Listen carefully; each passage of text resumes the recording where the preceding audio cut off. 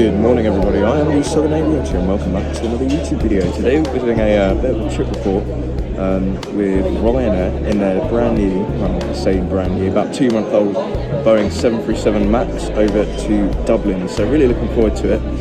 We're going to be kind of testing out whether people's opinions of Ryanair still hold out as to it being kind of the go-to budget airline in Europe, so looking forward to it.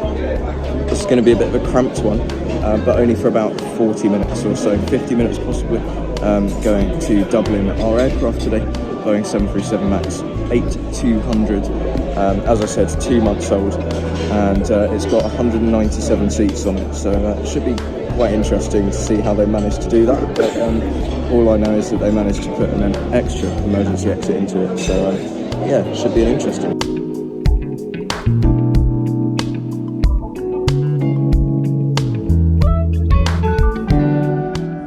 Thanks to the reasonably intuitive Ryanair app, I checked in before arrival to the airport, meaning that my transit through the terminal was extremely speedy, especially without a checked-in bag. In fact, one of Ryanair's nifty money-grabbing tricks is to charge €55 for manual check-in at the airport, so avoid that unless you like wasting your money away for nothing. After a 20-minute queue in security, I found myself at the extremely busy but reasonably pleasant Wetherspoons, where I think virtually any British tourist ends up at the start of a good holiday. I watched our aircraft, Echo India India Foxtrot X-Ray, a Boeing 737 MAX 8-200, as it landed and taxied to its gate, and then whiffed down a cheap and cheerful Eggs Benedict before a hurried walk to the gate with about 5 minutes to spare. Ryanair's 25-minute turnaround times certainly aren't very forgiving. Luckily enough, I arrived at the gate on time with a couple of minutes to spare while the priority boarders got sent through to the walkway, although I did notice some maintenance men under the wing. Don't know if that's anything to worry about though, we'll carry on.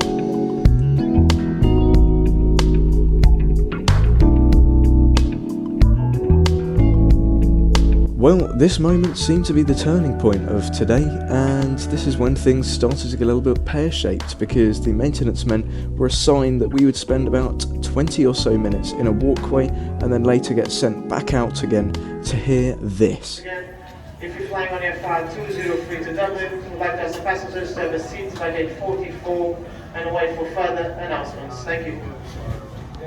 Right then, so we probably spent about 20 minutes just in the tunnel waiting to board, and there's a technical issue on the plane. So the plane is just behind me, you can see it. There you go. There's the plane. Got a bit of technical hitch, so we're going to wait and see what happens next. But that was a bit of a waste of time in a boiling hot tunnel, so not particularly exciting. Now, a technical issue, as frustrating as it is obviously a perfectly reasonable concern to warrant a delay to a flight. If the pilot deems the aircraft unsafe to fly, you don't want to suffer the consequences of ignoring it, so Ryanair isn't really at fault in this situation. But I do think it could have been handled by the staff in a better way, because the poor customer service and lack of information given to us wasn't excusable because of a problem on board the plane. We were shimmied into a boarding walkway for about half an hour, all bunched up like ants, and as you can imagine, 197 people crammed into a small space like that doesn't make it any cooler, so it was very uncomfortable in there, and I don't think we should have got that far if the maintenance crew weren't sure if we were able to get on. Anybody with claustrophobia would have suffered quite badly after that experience. But anyway, regardless of that, here's take 2 of the boarding. Let's hope that this time maybe we at least get to the aircraft.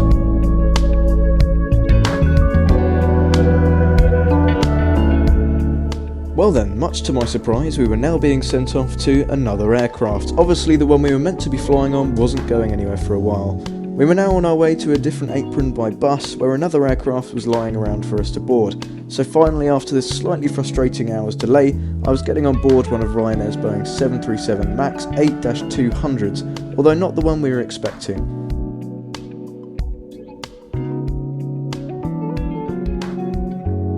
here's Echo India Hotel Golf Echo, our new ride for today.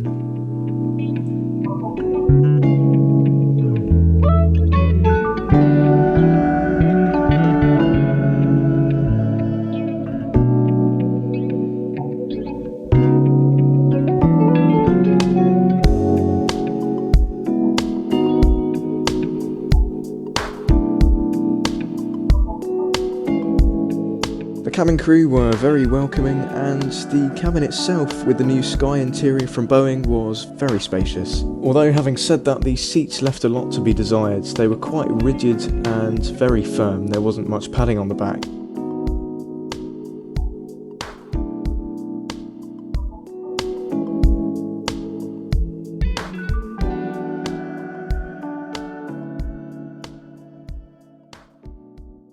So then everyone, welcome on board the Boeing 737 MAX 8-200. This isn't the aircraft that I was meant to be on because of technical issues. We've been moved all the way over basically to the other side of the airport onto another 737 MAX 8. So happy days, we're here.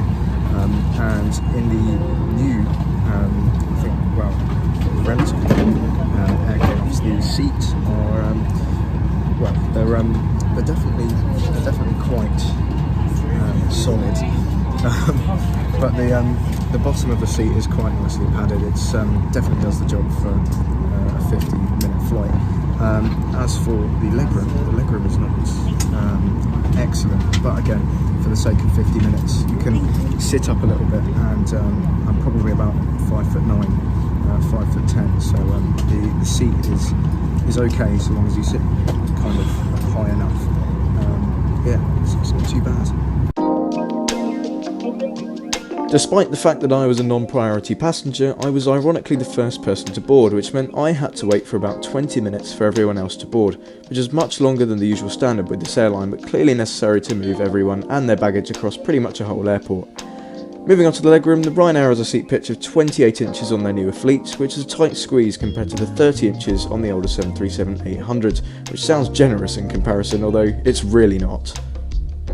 The tray table is a reasonable size and was relatively clean except for some small bits of dirt of sorts, which you can expect with most low-cost airlines. There's no seat pocket, which saves your legs slightly, although it does put your knees against a hard wall of plastic, so not really.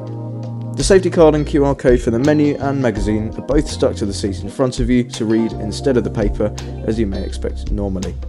I recommend you scan the QR code before you switch your phone to flight mode, because you can't open the link mid-flight.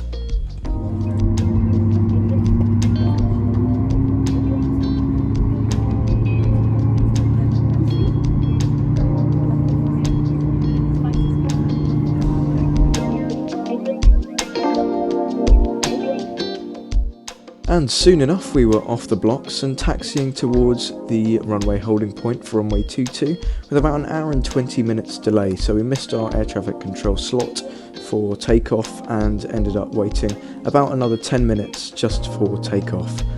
I did notice on takeoff though that the engines, the CFM LEAP 1 Bravos I think they are, were much quieter than the CFM 56s that are on the older Boeing 737NG series, much quieter, which is a bit unfortunate for av geeks, but fortunate when you need a bit of sleep, I guess.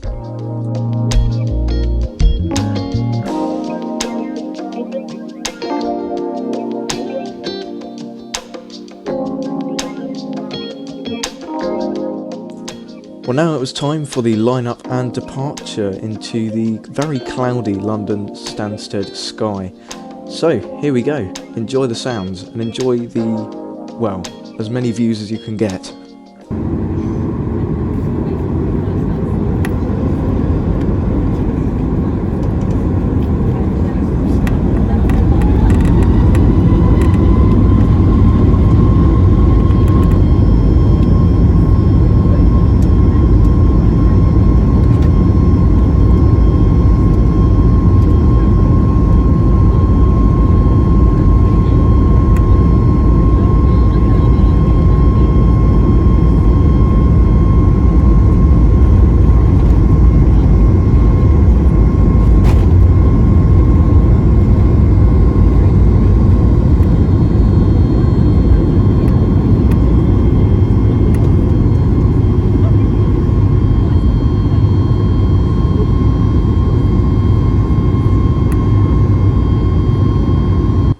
Well, finally Ryanair had got us off the ground and we were heading towards a massive cover of cloud.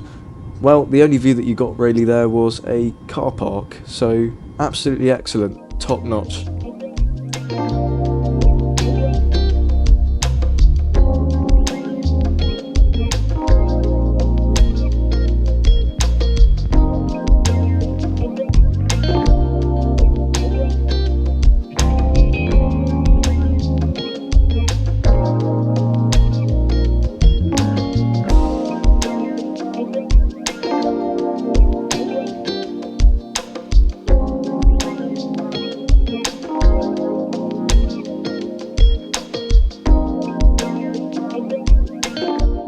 Well, it didn't take very long to get to our cruising altitude of 36,000 feet, and by that time we were already being served drinks and snacks. So I got a Coke Zero, which is a classic for me, and I'll save you the struggle of me opening it because that was a bit of a faff with a camera in one hand.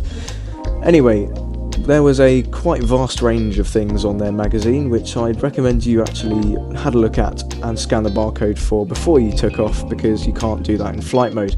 Here's a snapshot of the magazine that you get. The magazine is about 70 pages long, it's absolutely huge, and it's got loads of boutique range stuff and loads of sellout stuff as well. So here's the menu bit, which gives you a nice snapshot of the kind of prices and the kind of things that you can expect with Ryanair. They weren't actually serving a huge amount on today's flight, however, because it was too short of a flight to be serving hot food. By the time they'd actually prepared it, it would have been time to land.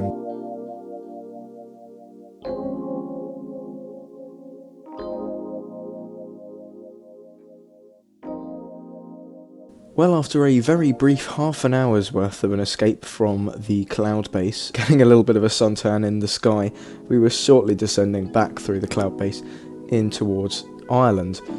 Over the Irish Sea, no turbulence really, it was quite mild in the sky actually, just very grey, so couldn't get many good views, but here we are on our descent. Alright then, so descending now over the Irish Sea, quite cracking and there's quite a lot of cloud about, but there's not much left for this flight to go, apart from the approach and of course the infamous landings of Ryanair, so we'll see if the captain or the first officer manages to live up to the expectations of high landing rates with this airline, so let's check that out.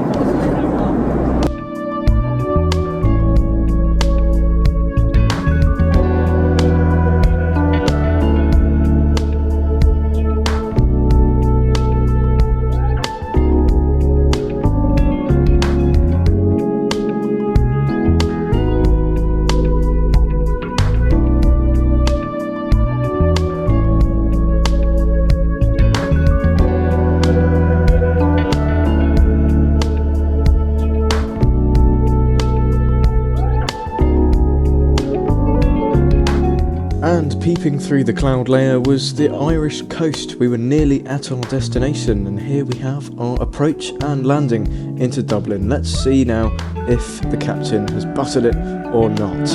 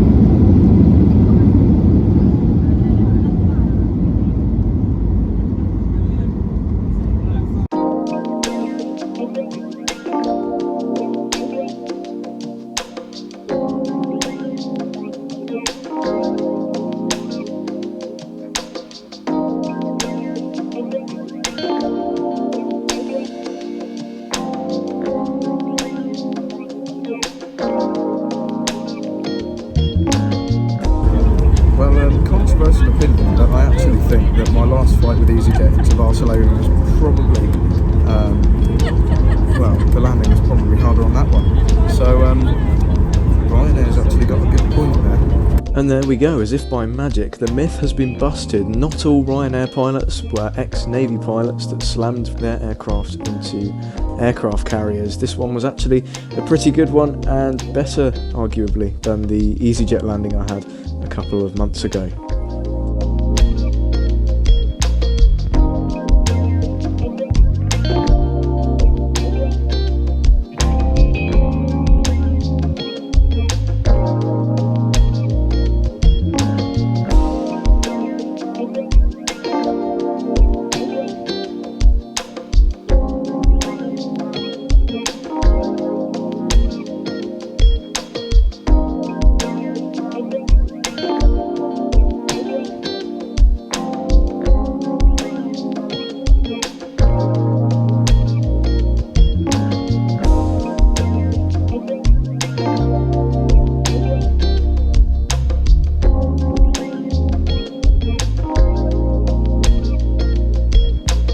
So, finally we'd arrived at the home of Guinness, an hour and a half late thanks to Ireland's most notorious airline, for better or for worse.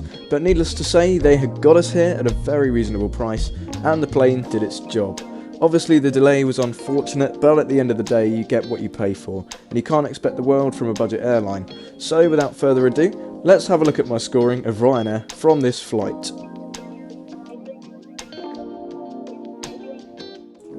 First of all, the booking was an extremely simple and no-fuss process. It took minutes to do, and when we were ready to check in, it literally took seconds, so 9 out of 10 here. The airport transit in Stansted was a bit of a pain, and this airport is well known for its security queues and lengthy duty-free, so 6 out of 10 here, although it's not exactly the airline's fault. The customer service, however, at the gate was admittedly quite poor. No hellos or anything, just scanning a boarding pass and getting told to wait in the boarding walkway. They didn't really talk to us, to be honest. They also did seem quite rude at points towards other passengers when they did talk. For obvious reasons, timeliness is what brings the score down the most. The delay could have been much worse though. I think it's just unfortunate that the technical fault happened when it did, and quite unusual for an aircraft of its age. The seat comfort was the textbook definition of low cost. Did the job, but was nothing to brag about at all. If you're more than 6 foot on a 3 or more hour flight, there's no better way of putting it than say goodbye to your legs. The overall in-flight experience completely contrasted to all of this though. The cabin was mostly clean, there was a wide range of products from the magazine at a brilliant value, the cabin crew were very attentive and kind, especially for a low cost carrier, and the value was great. We'll get to that in just a second.